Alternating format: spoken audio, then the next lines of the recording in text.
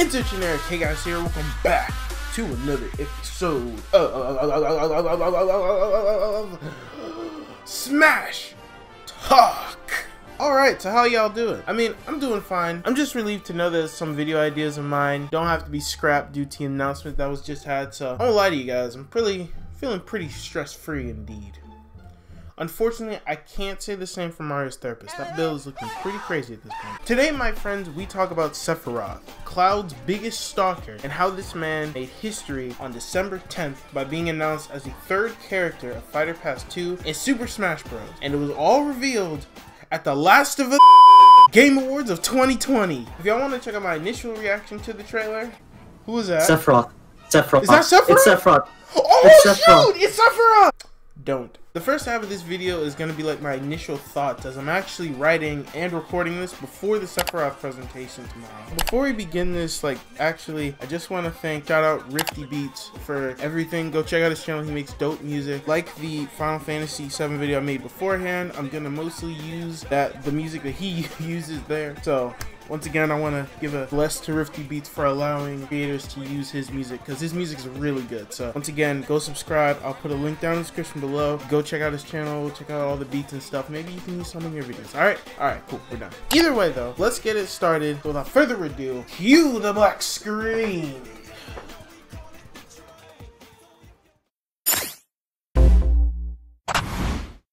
So, with the initial announcement at the Game Awards, there were definitely some things I wanted to talk about. Now, I just want to preface this by saying I'm not going to talk about his moves or anything, since the presentation is going to explain Sephiroth as a character and exactly how he works. So for right now, we're going to save that for later and just talk about the trailer and reaction, basically. Mostly the trailer, because holy hot ham, that was fire. Now, to be honest, I think I still like the Joker reveal more in terms of how it was revealed. I mean, it's very hard to top a reveal where the whole show literally just got shut down just so the Phantom Thieves can come in and say, "Hey, yo, we in Smash, homie." But this is was definitely no slouch either. Do not get me wrong. Now, I gotta start off by saying this is easily, I think, my second favorite trailer personally, but my favorite in terms of structure and content shown. Now, it was my first personally.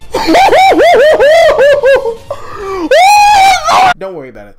Unlike the Byleth trailer, which is in my opinion the worst Smash Bros trailer, the whole thing actually kept me engaged the whole time instead of, you know, whatever this is.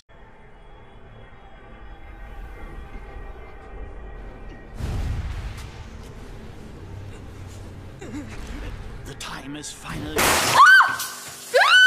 I mean, it literally started off with the lads fighting Galeem with a sizable amount of the roster present. Already I have questions like, what are these characters doing? What character is gonna get revealed in this specific scenario? I wonder if Galeem waxes his ass in the morning too, you know, the regulars. The showing of how strong Sephiroth is by having a casual slash take out a villain that literally created an entire story mode just oozes off intimidation. His entrance kind of reminds me of when Sonic came up casually and caught Taboo lacking in the Subspace Emissary. The only difference here is that, you know, Taboo didn't immediately get Ligma and die. His theme makes the whole thing even more frightening. Following that up by Cloud saying Sephiroth. Well, Cloud, I'm not gonna lie, maybe if you didn't ignore his DMs, he wouldn't have come here in the first place. The transition from gameplay to CGI was cool too and really kept me invested the whole way through. However, I think we can all agree that the coolest part of the trailer was obviously the 0.3 seconds of Mario being flung into the screen like a bad loaf of bread. Man, I love rewinding.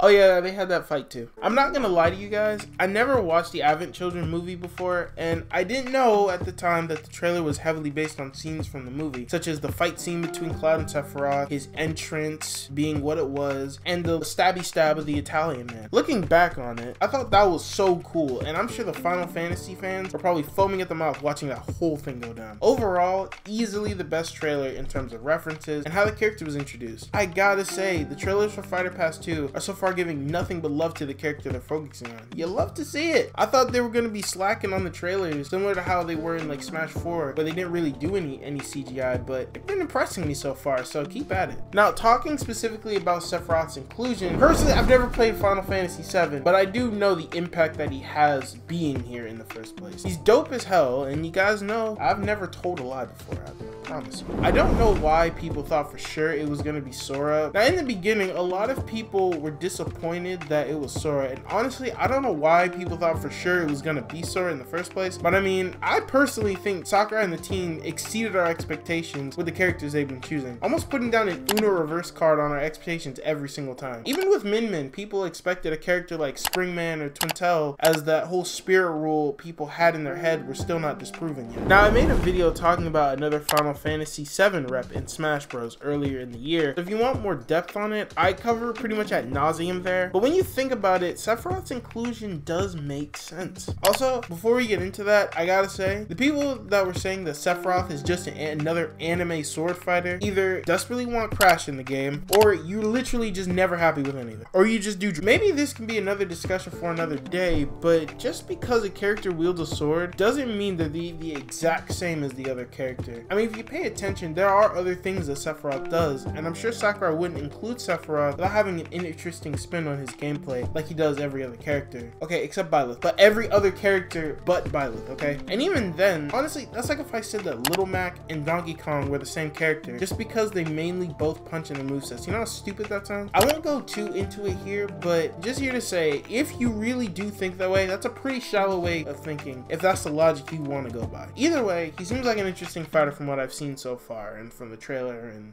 the gameplay and stuff. Keep in mind, I can't really say anything about the gameplay and how his moves work because I've never played Final Fantasy VII. Guys, I promise you I will eventually. I promise I will. I'm sorry. Come on, don't look at me. Come on, guys. No. Now, in my Final Fantasy X Smash Bros video, I remember talking about how I thought that Tifa was a more likely option for a fighter because she's, you know, Cloud's right hand compared to a Luigi or a Falco. When compared to to Chad Sephiroth, I didn't see him becoming a character over her. I really don't know why. Maybe I just got stuck in tradition, but I just saw him as a less likely option. Though I did say I would prefer having Sephiroth over Tifa, and if I didn't say it in the video, I promise you I meant that. Reflecting back on it, a realization actually popped into my head. One issue I do remember talking about in the video is copying Cloud's main gimmick, the limit break mechanic, and how they would have to find a new way to differentiate Tifa from Cloud if she did make it into Smash Bros, and how they would have to find a new gimmick for her to use that's different from Cloud's limit break. However, since Sephiroth is the villain of Final Fantasy VII, I'm sure he has a wider array of options for moveset, and on top of that, he doesn't use the same mechanic. I'm sure Sephiroth doesn't have a limit break mechanic, so that worry kind of gets yeeted out the window pretty much. Sephiroth has actually popped a lot of cherries by being the next character in the DLC roster, and honestly, who else to do it than the Sephiroth, one of the most iconic villains of any JRPG. He's not only the first third-party villain added to the roster, but also the first unique third-party character added to an already existing third-party series. I really hope the latter half made sense, because honestly, that's the best way I could have put it. To explain a bit more, when you look at the other third-party franchises that have more than one rep, those being Street Fighter and Castlevania to be specific, they also have two characters, though the other is always counted as an Echo Fighter, which led people to think that maybe third-party franchises aren't allowed to have a different rep other than the main character of that specific series. But Sephiroth, so far, as the recording of this video, Sephiroth is the only character so far that's represented as his own fighter, and I'm so glad that's the case so we can expand our minds even more. We'll all be a bunch of Jimmy Neutrons in no time, peanut head and all. Also, I wanted to clear something up in my initial reaction to the character and kind of expose myself a bit here. When I said that I called it, it's not really true. In the beginning of the Final Fantasy VII Remake X Smash Bros video, I had said that I got the idea for making this in the first place from Roger's Base's video talking about this exact thing happening. So this was more of his idea. So yeah, I didn't come up with the idea on my own. I was honestly just expanding on it and adding to the ideas that he had already said. Either way, you guys, I could still, like, you still want to give me some of my flop? Yo, dumbass, I need a salad, you fat bitch. Man, that's what's up, guys. I'll see y'all when the presentation's over. The next day. Okay, so before we begin this second part, there's a couple things that I want to mention. First of all, this is not going to be scripted. I've wrote down a list of stuff to talk about that happened in the Sephiroth presentation, but I'm going to be kind of saying things from my mind, so I apologize if I come across as clear as I would have if I scripted any of this stuff. I'm trying to get better at scripting, but I think for these first impression videos, it's better if I just talk from my head. Just try that. I don't know. I feel like it'd just be better overall because it's faster. I don't have to write a script. And I made a mistake writing a script for the Steve one because that video isn't even out. Video isn't even out. Speaking of, I just want to know this in the comment section below. Even though the Steve reveal in the presentation, it's been happened, is done, would you guys mind if I maybe release the Steve stuff as well? Because I literally wrote like 7 pages of description and stuff for it. I don't know, man. I was thinking maybe so, just for consistency's sake, because we've done all the other fighter passes. May as well just throw Steve in there, but I don't know. Tell me what you guys think. I don't know. But anyways, let's go ahead and get into the Sephiroth presentation. Okay, so I'm not gonna hold you y'all. It's been a bit since the Sephiroth trailer. It's the next day after the Sephiroth trailer where I'm talking about this. So there's quite a bit of stuff to go over. I'm not gonna spend as much time on it because I want to be able to present this to you guys as fast as possible. I don't want to hear not a damn thing. Leave me alone. So I'm gonna go over everything and as much information as I can in the most compact way I can. I think we'll be okay because there's not a ton for me to talk about, just because I, for one, have not played Final Fantasy VII, unfortunately. So there's not a lot of stuff that I can get in terms of references, like the smash attacks and stuff. Like, they're cool and stuff. I did get to see a glimpse of Sephiroth's thing, and there's a lot of stuff to talk about. It's just I'm not gonna go as in depth as I would, like, for example, the Min video or something. I don't know. You know, I shouldn't even say that, because usually whenever I say that, the video ends up being 40 minutes long. So you know what? Let's just begin this.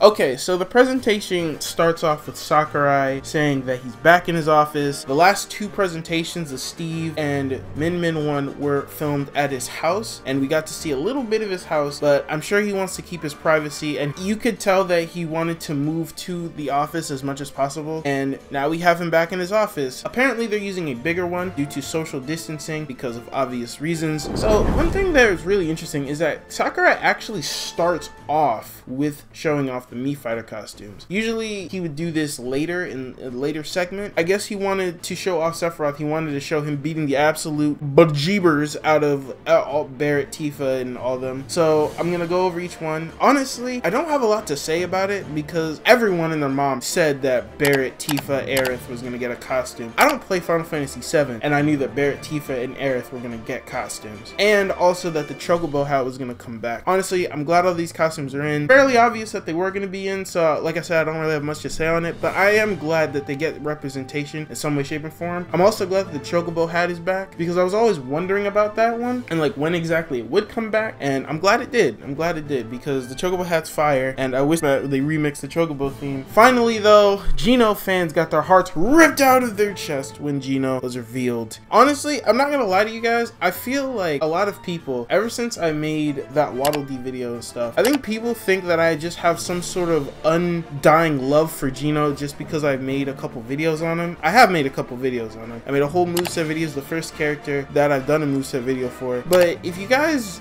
watched the first Geno video I made, I said that he was not going to be a part of Fighter Pass 2. Like, you do realize I said that, right? I said that at the end. Is he going to be Fighter Pass 2? I said no. I explained why in that video. If you guys want to go check it out, link in the iCard section, I guess. Geno as a character, I don't care.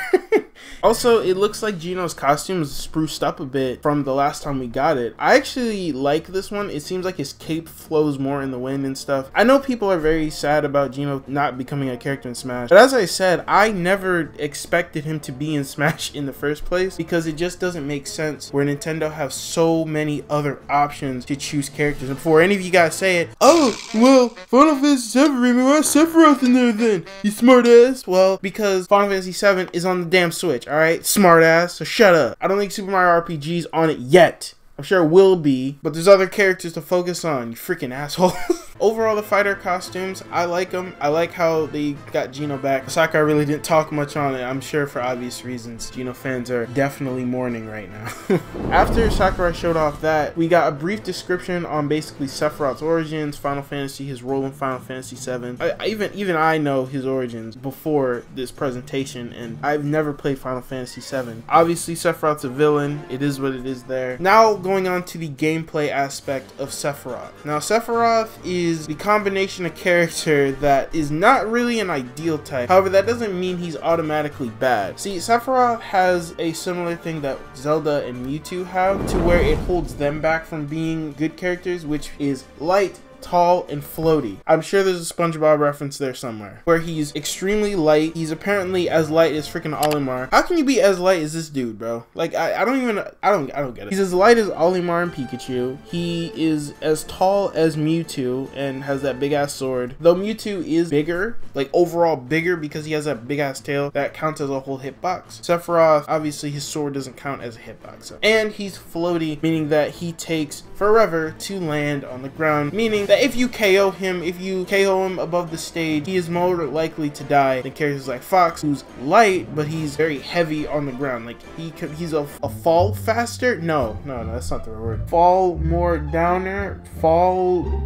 He falls down faster, bro. The next thing Sakurai goes over is his winged form, which was actually shown in the trailer. However, I didn't pay much attention to it in the actual trailer, because honestly, I thought it was just an aesthetic. I didn't think Sakurai was actually going to do something with it. But hey, man, you know, Sakurai always proving me wrong one step at a time. Basically, the winged form acts as sort of like a second boost, a second wind for Sephiroth at high percents. So when he's at high percents, depending on certain situations, like, for example, depending on the stock advantage, if you have more stocks than the character you're fighting, then apparently the form is weaker. But if you're at a disadvantage, it's higher, stuff like that. I'll explain in the video, but the one wing comes up. In his winged form, he actually does more damage, he's a lot faster, and on top of that, he has an extra jump. So it's like a combination, I guess, of Banjo-Kazooie, how Banjo-Kazooie has an extra jump as well, and on top of that, it's similar to Cloud's Limit Break form, because that has similar advantages to when he fully charges and he's in that form. So you can tell there is some Cloud inspiration within Sephiroth's playstyle, and on top of that, it's, you know, like, I mean, it makes sense. I mean, he's a winged form, so he does have an extra jump. Makes sense there. Now, I'm not going to talk about every single move that the man does, because there's not really anything for me to say about that. The only thing I will say, though, is that down smash is incredibly strong. That thing can easily break shields. Like, it is an instant shield breaker if you hit with it. You have to move away from it. You can't dodge it. So that's definitely an intimidating one there. Other than that, I don't really have much to say about his other moves. You obviously can tell he has extremely long reach due to his sword, but to balance that out, his startup is insane. However, it's necessary for it to be like that because the sword is so long, so makes sense there. Now, I will cover his B moves because his B moves are quite interesting. I'll give you that much. Starting off with the neutral B, it's basically a charge attack, obviously similar to the average ones. However, they kind of have different moves, and now I forgot the different moves that they are. I'll probably show them on screen, but the one that I do remember is Giga Flare. Yeah, I put in my hand in the Naruto position, Doug, for that one. And I know that's the strongest one, and that has like that crazy explosion that does a crap ton of damage. I've seen it do incredible amounts of damage, and even if you block it, it does incredible amounts of shield damage. Not as much as down smash, but if you combine that with down smash, you instantly get a shield break. So, I mean, all I'm saying is Sephiroth is looking like quite the disrespectful ass character. And on top of that, you can do Giga Flare and then hit him with a grab, so that way they take the brunt of the damage if you just want damage done to them. I think there's so many properties that you can do with Neutral B. It has so much potential. It's so cool. And plus, I like how it's based on Giga Flare. I like the name too, that's fun. Now, moving on to the side B, I think this is one of his most unique moves. Basically, he snaps his finger. He actually does that quite a lot in his neutral air. He snaps his finger, he has like dark energy circling around him. So basically, Sephiroth is Michael Jackson with long hair. Going back to his side B though, I think it is very interesting. Basically, how the side B works is a weak move if you just want damage, so highly unrecommended with that. However, it's a weak move, but if you hit an opponent with a little snappy snap, it adds some dark flames circulating around you, which do a lot of damage when hit later on. I compare it to like Future Sight in Pokemon, where Future Sight works as you do the move and then like 2 to 3 turns later, the move hits you with full force. And it can lead up to some interesting combos that you can do. So for example, if you launch an opponent and they're nearing the blast zone, but then you have that side B come in and it hits them all at once, it sends them even further and they're out. It can mean the difference between getting a stock or them recovering to the stage. So I definitely think side B is going to be one of those moves that is going to be very interesting to see how it's played in competitive play in terms of being a clutch factor type of move. I've already seen plenty of matches where people use it and it helps, it benefits them in the latter half, which I think is a very useful useful. So I think side B is going to be a move that people spam a lot in order to get damage. And plus, it causes people to go in their shield if it's just a one-on-one match. And that leads to, for example, another down smash, instant shield break. You see how crazy down smash is now. It's freaking nuts. The up B is, what I say up B is kind of like an advanced version of Wolf's. It's like Wolf's, but it has a lot more options. Basically, it goes at multiple different angles. You can go straight forward, you can go straight up, you can go straight down. It can be used a lot for competitive play as well, and I can definitely see people using it for, like I said, mix-ups. You can obviously control where you go, and there's two forms of it, where one doesn't really do damage. It more just teleports you to the stage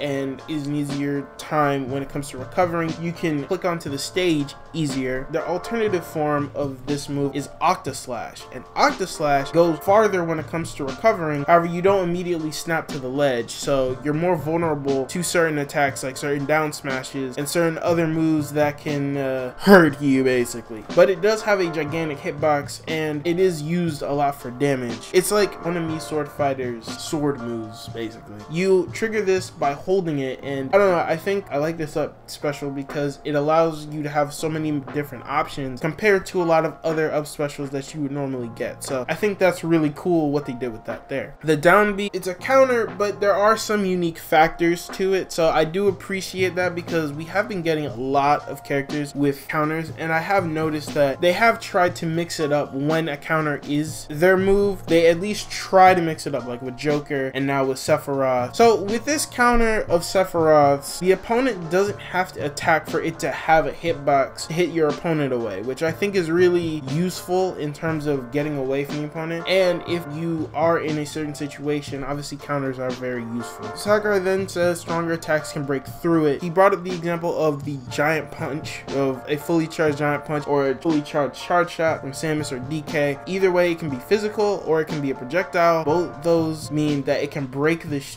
it, though Sephiroth does not take any damage, and it's not just like Palutena's Reflect where it can just reflect any, and it's a counter at the same time. His final smash is Supernova. Now, we did see this in the trailer. We saw at the very end of it, and we didn't get to see the whole thing. Lots of detail I can tell were put into this one, and from what I can tell, it's similar to K. Rool's, where it acts as kind of a game over turned real. He takes everything, he goes full forms, full Sephiroth, God form, I don't know, man, and he destroys like all the different planets. There's like some freaking equations going on. I don't know if that lady's there, I don't know, but you know what, it is what it is. Basically, this final smash is dope in so many ways, and I'm sure it's a crazy reference to Final Fantasy in terms of like a game over screen. So yeah. Alright, next up we talk about the stage. Now, I'm gonna be honest, I do not have a lot to say about Northern Cave. I think it is very beautiful, and I love that they actually give Final Fantasy more love by having a whole ass scene play on the background. Considering that it's a story scene, we don't really get to see that a lot. We get to see references here and there in a lot of stages, but we never get to see actual scenes play out. It almost reminds me of a better version of Orbital Gate Assault, which is a stage back in Smash 4 where it had stuff going on. However, it kind of counted the stage of where you're actually standing as a part of that, whereas this stage is literally the background, solely acts as the scene. The stage isn't really affected whatsoever by what's going on in the background. So I think that's good in the sense of A, it's probably easier to implement. You're just implementing a scene, a looping scene over and over, and B, it's just better to play on. Orbital Gate Assault is beautiful, but I don't think anyone would want to willingly play on this stage when there are other stages that exist in that game. So. And as Sakurai said, this specific scene is based on the ending of Final Fantasy VII, and I mean, Sakurai explained it very well on his end, so I'm definitely gonna gloss over it solely for that reason, not for anything else. I definitely have played Final Fantasy VII. Sakurai then goes on to show off some gameplay of Sephiroth going into the boss rush mode. Well, it's not really a boss rush mode, it's actually his classic mode route, which essentially is a boss rush, facing Rathalos, Gallium, Giga Bowser, Ganondorf, and so on and so forth. I thought it was really cool. I think this one may be my new favorite route out of all the ones that I've played personally. I do really like Byleth's as well, however, I think Sephiroth's is my favorite because I've always wanted a boss rush mode. I think that should just be implemented, man. It's so easy to implement, you just gotta recreate the scene. I don't know, I just think that'd be cool. personally. And rejoice, Final Fantasy fans, as there are 9 new songs in the game. Sakurai actually does start this off in a pretty interesting way by explaining why there was only 2 songs in Smash 4, and to put it in simple, latent terms as possible, copyright's annoying, hard to get approval from, deal with it. That's literally what he said. Now, if you want to see what he actually said, go watch the freaking video yourself. I'm not here to recap stuff for you, dog. And finally, Sakurai mentions that Sephiroth comes out officially on December 22nd, but for those who are feeling a little froggy, which basically are those that know how to get inside, you can unlock the character with a Sephiroth challenge, which is available until his release date. Now, I did get kind of confused in the reaction because I thought that what he said when he was talking about he was gonna have players do it once, and if you fail, that's it. I thought that was still a part of the thing, so I was a little confused. But how it works is you can do it as many times as you want. It's just, and the original plan was if you fail once, it's donezo. I think it's a cool way to kind of mix up the ways that character gets revealed rather than just unlocking him day of. Yeah, I do hope they do more of this stuff in the future, though obviously I really don't think this is gonna happen to us, and I think this is gonna be a one-time thing if I'm being honest, because I guess Sakurai really loves Sephiroth, dog. I mean, it makes sense. Sephiroth is literally the most popular villain like ever in video games. So also, I gotta say, I'm really loving the artwork for the mode. It's always nice to see the team go the extra mile with presentation and show that they really do care about the character that they're making, so I gotta give it up to them there. Other than that, though, that's pretty much all that was talked about. Anything that I didn't cover was mostly stuff that Sakurai pretty much explained and stuff that I really can't add to. So overall, I thought it was a really good presentation, and I really did appreciate everything that Sakurai said. It really showed that once again he cares about the character he's making. I really like the presentations. I really found them like a homely way to experience Sakurai's everyday life, even though that's not his everyday life. It's nice to get to see Sakurai after a while, though. You know? Just gets to a point, you know, where things are so toxic, but then Sakurai is there to brighten up the day. So yeah. Either way, though, that's pretty much, yeah, that's it. That's everything I want to talk about in terms of the trailer. So let me know what you guys think about the trailer in the comment section below. Once again, I'm gonna ask this now: do you guys want to see the Steve and Alex one? Because I had the thumbnail already and everything. It took so long for me to script. So like I said, from now on, I'm gonna be doing these a cappella. So I apologize if I stutter or anything, or I'm not really making sense. I'm trying my best here. I'll try to get better at this. But either way, tell me what you guys think of the Sephiroth presentation, the trailer, the initial reaction, the reaction to Sephiroth or whatever. And yeah, so thank you guys so much for watching. If you guys like this episode and want to see what else is on the grill, you guys check out this whole playlist in the description below. And of course, make sure to like, comment, and subscribe if you guys want more Smash talk on your plate. I will catch y'all later on. And with all that being said, you can put your spatulas down now, but keep it sizzling, my Baconators. Peace.